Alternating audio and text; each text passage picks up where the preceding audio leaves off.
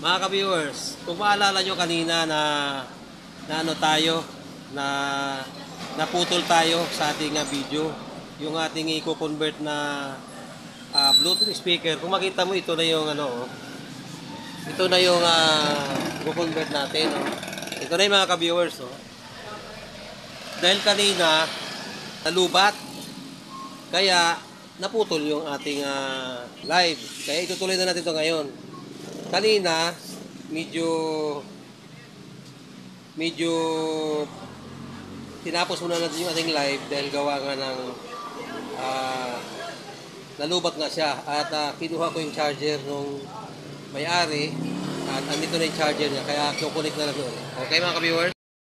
Viewers, kung makikita mo ito na yung ano, kung makikita nyo yung charger niya, oh. Kakaiba ang charger ng Bluetooth na ito. May Scotch tape pa. Kaya siguro hindi pala dinala ng may-ari kanina. Diba kaya nahihiya dahil yung charger niya mukhang ano eh. Mukhang kurimaw kasi ang charger ang itsura. Kung makita nyo, tuturo ko sa inyo yung connection niya. Kung makikita nyo, naka-sit up na uli ito. Oh. Okay? Di ba pinower ko na siyang ganyan, di ba? Okay, pinower ko na.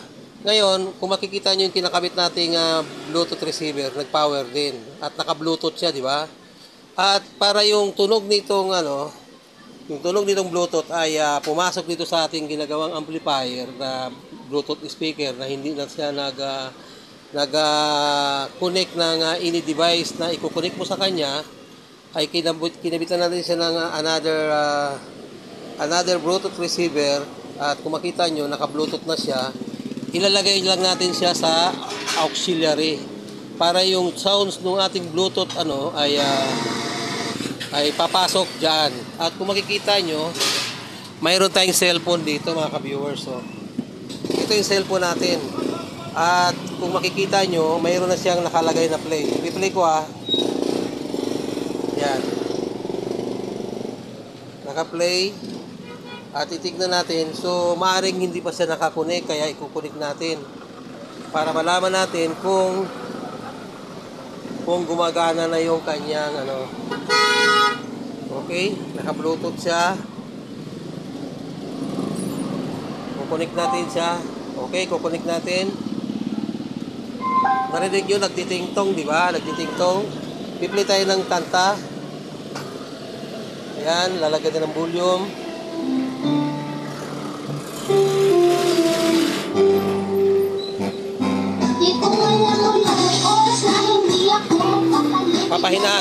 Papahinaan ko mga ka-viewers at lalakasan ko. At kung makikita nyo mga ka-viewers, kabuting-ting, gumagana na yung ating ginawang Bluetooth receiver. Nandito natin siya pinapadaan, no? Okay? Nakakunik siya at kinunik natin siya dito sa ating Bluetooth receiver na ginagawa at dito natin pinapadaan sa auxiliary. Kung makikita nyo, gumagana na, no? At kung makikita nyo mga ka-viewers, ipopost ko yung video para makita nyo na nakakunik siya. Ipopost ko. Nakita nyo, nakapost yung video, di ba? O, nakikita nyo na nakakunik siya. Ngayon, ipi-play ko. Ayan, okay. At ito na siya ngayon. Ngayon, ang susunod natin gagawin mga ka-viewers ay ipapakita ko sa inyo kung paano ko siya kakabit. So, siyempre, kung nakita nyo na gumagana na siya, di ba? Kanina kasi, nahinto tayo dahil naglubat na itong ating unit. Naglubat siya, kaya nahinto tayo. Kaya ang gagawin natin ngayon ay ituloy natin, hindi na nga lang live, kasi kanina live tayo. Tinip ko na lang, at ito naman ay para matutunan nyo rin kung paano gawa ng nabitin nga tayo kanina. Tuturo ko sa inyo, papatayin ko muna. Tuturo ko muna kung saan ko pinapadaan yung supply ng ating Bluetooth receiver. I-off ko muna yan. Kung i-off mo yan, off din siya. Kung makita nyo, naka-off din siya. Naka-off din siya, di ba?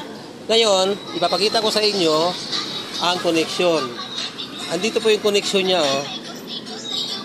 Kung makikita nyo sa kanyang connection, mga ka-viewers, itong ating Bluetooth receiver, kung makita nyo, mayroon siyang IC dyan. Ang IC niya dyan ay ito, oh. Yung kanyang IC ay 7805. Ayan mga viewers, kung nakikita nyo. Ayan ang IC niya, oh. Okay, nakita nyo mga ka-viewers? 7805 na meaning 5 volts yan. At nakahinang yan sa dito kanina. Kaya lang tinanggal ko siya kasi masyado siyang abala. Unang-una, nung reading natin kanina, yung battery niya ay nakita natin na naglalaro yung kanyang voltahe ng 6.7 hanggang 7 volts. Kaya lang kung papadaanin natin siya dito sa may IC na ito ay nagdadrop yung voltahe at naglulubat. Kaya ang ginawa ko, tinanggal ko na lang ito at ipinipix ko na lang siya sa 5 volts. Kung makita nyo, yung pinaka-supply niya ito, yung pinaka-IC niya dati dito, tinanggal ko, tapos hininang ko na lang tong wire na may buhol na to, papunta dito sa kanyang USB positive. Kung makikita nyo na, hindi pinaka-USB niya, oh. Yan, sa pinaka-USB na yan, may positive yan na 5 volts. Diyan ko hininang yung supply nitong ating Bluetooth receiver. Para kapag i-on natin siya, pagka i-on natin ito at nag-on siya, nag-on din ito. Okay mga ka-viewers?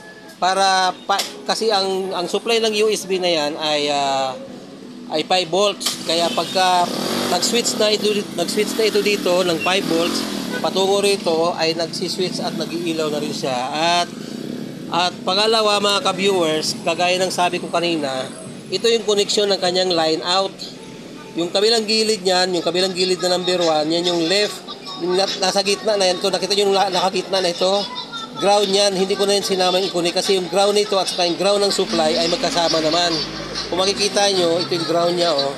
Nakahinang yan sa doon sa may charging ground sa ilalim. Kung makikita nyo yung pinaka-ground ko, doon ko hininang sa may charging pin. May bakal kasi dyan, may ano siya, yung parang lata. At kayang ihinang yung wire dyan na pinaka-ground niya. Tapos yung pinaka-positive niya, ito pinaka-positive niya, sa number 3 ng IC na 7805, papunta dito sa kanyang USB 5 volts na kung makita nyo sa may harapan. At gumagana na siya mga ka-viewers, kaya okay na tayo. Ngayon, ang gagawin na lang natin dito ay isasalpak natin, bubutas natin dito at iwa-wiring. Pagka-wiring natin mga ka-viewers, para magiging gwapo at pugi naman siyang tignan, ay antabayanan nyo na, gagawin ko muna. At gaya na aking sabi ay hindi naman tayo live ngayon dahil naputol na ang live natin kanina dahil naglubat na ito. Pinakuha ko muna itong charger niya na napakaganda ang charger pala nito. Oh. Kung makita mo, mahaba rin naman pala ang wire nito. Kaya okay na rin, at least nagcha-charge naman siya. Kung makikita mo, yung charger niya, pag sinuksok dito, nag-iilaw yung kanyang indicator na tanda na siya ay nagcha-charge. Okay mga ka-viewers, isasalpak ko lang ito, hindi ko nabibidyohan dahil hindi naman tayo live. At pagka naisalpak ko na, ikakabit ko dito, ay tsaka nyo na makikita ang final piece. Okay mga ka-viewers, wait lang. Kung makikita nyo mga kabutingting, titestirin natin yung kanyang supply ay 5 volts. Okay mga kabutingting? Andi dito yung supply na galing sa ating USB. Titestingin natin. Okay. Ayan, dyan. Kung makikita nyo, ay mayroon siyang reading na 5 volts. Ayun ang tester mga kabutingting. Oh. 5 volts siya. Okay. 5 volts ang sumusupply sa ating Bluetooth receiver na okay na.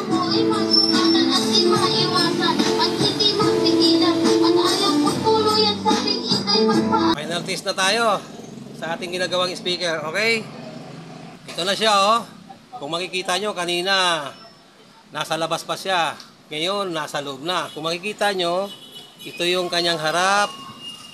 Okay, mga ka-viewers, dito ko siya binutas. At yung connection kanina na ituro ko na sa inyo. At ang sabi ko sa inyo na ang speaker na ito ay maganda. Pero hindi gumagana yung kanyang Bluetooth. Kung makita nyo ang speaker na ito ay malaki ang buka. Kaya gusto ng may-ari na gumana ang Bluetooth. Para kapag siya ipupunta sa comfort room at kung gusto niya magpa-sounds, ay makapag-sound siya habang siya nagmuni-muni doon sa comfort room. Okay mga ka-viewers, final switch.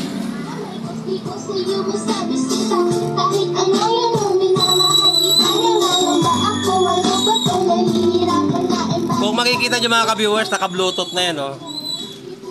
Dito sa ating kinakabit na Bluetooth receiver, naka-Bluetooth siya. Kung itong Bluetooth receiver na nilagay natin ay kinunik natin dito sa kanyang Bluetooth na wala namang Bluetooth, na umuutot lang pala at wala naman talagang hindi naman talaga nag-accept ng kahit anong klaseng device. Kaya kinonvert natin siya ng another device na Bluetooth receiver, ay dito natin siya pinapadaan sa auxiliary connection. Para pagka nasa auxiliary connection siya at itong Bluetooth na nilagay natin ay nakakonek, ay magtutunog na. Kung makita nyo, tumutunog na. Okay mga ka-viewers, nabitin tayo kanina gawa ng nalubat ang speaker na ito.